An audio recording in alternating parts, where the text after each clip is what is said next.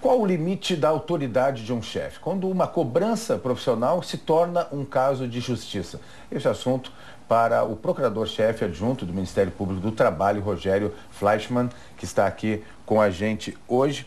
Prazer recebê-lo, Rogério. E falar um pouco dessa questão, né, que a gente verifica muito, né, no dia a dia. Há muitos exemplos, né, que estão na imprensa, que estão no nosso dia a dia e que acabam indo para a justiça. E a gente está falando muito de assédio moral, né? Isso ainda acontece bastante? Vocês enfrentam bastante questões como essa? Com certeza. Para você ter uma ideia, no ano passado houve um aumento em 25% das denúncias relacionadas a assédio moral. Então é um tema, digamos assim, muito atual, né? E que afeta o trabalhador naquilo que ele tem de mais importante, tanto fora do trabalho, mas dentro do trabalho também, que é a sua dignidade, a sua autoestima. E assédio moral, como é que a gente pode caracterizar isso? E existe uma relação de autoridade? O assédio ele é exercido quando há uma relação de chefe e funcionário? Não necessariamente. O assédio moral, para se colocar em termos mais simples, pode-se chamar que se trata de uma agressão psicológica, né? Na verdade, é exatamente aquilo que se vê quando se fala de bullying na escola, por exemplo, né?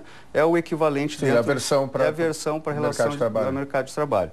Mas ela não necessariamente, essa agressão psicológica, que ela geralmente é reiterada, ela é repetitiva, ela é insidiosa, e, como eu disse, afeta, então, a dignidade do trabalhador, ela não necessariamente parte apenas do chefe, né? Então, nós temos a conceituação do assédio horizontal, que é aquele assédio que acontece, muitas vezes, por um grupo em relação a um determinado trabalhador. Muitas vezes esse assédio é relacionado a um fator de discriminação. Por exemplo, o trabalhador é homossexual, ele é negro, ele é obeso, ou ele é idoso, enfim, qualquer desses critérios de discriminação. Portanto, se cria um clima que muitas vezes nem é ostensivo, não é dito, não é falado de uma forma muito clara, mas se revela em risadinhas, em atitudes de escantear, de não convidar para o almoço, de muitas vezes não compartilhar os problemas e as decisões daquela equipe. Enfim, ele pode ser tanto vertical, né, do chefe de cima para baixo, pode ser horizontal, e há uma figura também que muitas vezes as pessoas não se dão conta do assédio que é praticado pelos trabalhadores em relação ao chefe. Também é uma hipótese que é mais rara, obviamente, mas também acontece. Mas já chegou para vocês? Já chegou para nós, e isso, enfim, é a mesma... Porque o chefe, pelo fato de ser chefe, não deixa de possuir, obviamente, a condição de ser humano que tem que ter sua dignidade respeitada. Então, muitas vezes, há uma atitude de grupo daquele conjunto de trabalhadores em relação ao seu chefe, e muitas vezes essa atitude ela não como muitas vezes se pensa, uma atitude relacionada com uma resposta a um possível autoritarismo, enfim, uma agressão vinda do chefe. Mas é somente uma atitude de constrangimento que o grupo de trabalhadores quer colocar em relação ao chefe, que muitas vezes não tem um fundamento mais moral, vamos dizer assim. Sim. Qual é o caminho quando uma pessoa se sente, né, assediada moralmente, a gente pode falar também sexualmente? Qual é o caminho? Normalmente, uma categoria, ela procura o sindicato, procura já direto o Ministério Público, procura um advogado. Como é que normalmente vocês recebem isso? Na nossa página da Procuradoria do Trabalho, www.prt4.mpt.gov.br, há um link para coleta de denúncias, e ali perfeitamente é possível, de uma forma simples e direta, realizar a denúncia, né? É óbvio que essa denúncia ela vai ser investigada, e, para tanto, nós basicamente dispomos da prova testemunhal, né? Além disso, há outros métodos de investigação, mas é importante sempre que o trabalhador que se vê atingido pelo assédio moral, ele tenha um respaldo, um relacionamento com os seus outros colegas que de alguma forma possam se aliar nesse processo. Muitas vezes é um grupo inteiro que está assediando, e é difícil o trabalhador sair daquele movimento. Mas é possível ele identificar em algum colega, um ou outro trabalhador, uma situação semelhante, então. Uma situação semelhante ou simplesmente uma solidariedade de um colega por perceber uma situação ruim.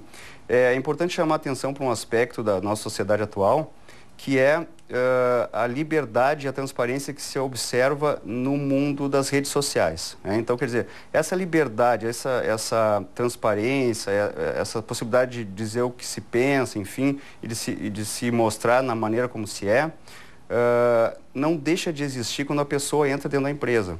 No mínimo, enquanto uma consciência remota existe. Então, nos parece, inclusive, que essa estatística dos 25% de aumento das denúncias, e isso já vem se revelando há muito tempo, esse aumento revela, na verdade, uma estrutura que hoje não é possível mais transcender, que é essa consciência de que o ser humano é respeitável fora do trabalho e dentro do trabalho também. Porque quando a gente analisa dados, né, friamente, aumentando o número de denúncias, isso não quer necessariamente dizer que está aumentando o número de casos. É que agora esses casos existem plataformas e meios de acesso à justiça e acesso a quem pode resolver isso, né? Com certeza. Na verdade, o assédio sempre existiu, a agressão psicológica sempre existiu na relação de trabalho. E elas sempre foram muito normalizadas justamente por uma relação de hierarquia, né, e que digamos, não é a única forma de assédio, mas é uma característica importante que vinha se revelando há muito tempo do assédio do chefe, do dono, enfim, sobre o trabalhador, para que ele cumpra metas, para que ele observe aquelas determinações que ele está pensando. Nas redes sociais existe um fenômeno diferente que é o que se vem falando, identificando como tribalismo, que é aquele que acessa a internet, acessa o Facebook, enfim, ele está sempre sendo confirmado pelas pessoas que são suas parceiras ali. Quer dizer, não gostei de um comentário, de um modo como uma pessoa se manifestou, eu excluo, eu deleto. Essa possibilidade não existe no mundo do trabalho e não existe na escola. E é exatamente nesses dois ambientes, na escola e no mundo do trabalho, que começam a aparecer então as denúncias mais fortes de bullying e assédio moral. Exatamente porque as pessoas, quando fora dali, estão sendo confirmadas, estão sendo amparadas pelos seus semelhantes, e quando entra no mundo do trabalho ou na escola, há desavenças que muitas vezes geram humilhação, enfim, ao que o cidadão não está acostumado. E isso obviamente, isso é muito bom porque a gente resgata no mundo do trabalho uma faceta que até então não se tinha respaldo. É um trabalho importante do Ministério Público nesse sentido. Para a gente fechar, 2 pontos.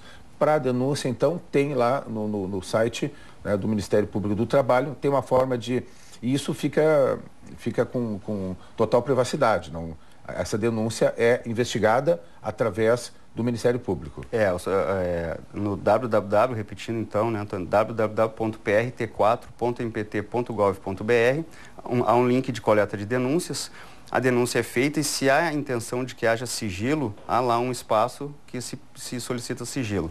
Eu sugiro que não se faça denúncia anônima. Às vezes a gente recebe uma denúncia anônima, por 2 motivos. Primeiro, porque há alguns procuradores que investigam esse tipo de situação que não aceitam denúncia anônima. Tá? Por uma previsão constitucional, há uma divergência em relação a isso e muitos procuradores entendem que não é possível fazer a denúncia anônima. E, em segundo lugar, porque é importante a identificação, porque muitas vezes é necessário buscar mais elementos, além do que está escrito na denúncia. Então, o procurador vai atrás do trabalhador, para facilitar, para nos dar maiores informações, para identificar em algum momento, algum espaço onde possa estar acontecendo assédio moral, então nós nos faremos presentes nesse momento. Então, há uma série de elementos que podem ser buscados pela identificação de quem está fazendo a denúncia. E, rapidamente, as penas previstas para caso de assédio moral, o que pode chegar a quê? O Ministério Público basicamente dispõe de 2 armas para atuação. Uma delas é o termo de ajustamento de conduta e a outra é a ação civil pública. O termo de ajustamento de conduta é um termo assinado pela empresa perante o Ministério Público, tá, se comprometendo a não mais praticar o assédio e sob pena de pagamento de multa, ocorrendo o assédio. E muitas vezes nesse termo se impõe uma indenização, né, por conta do que já aconteceu.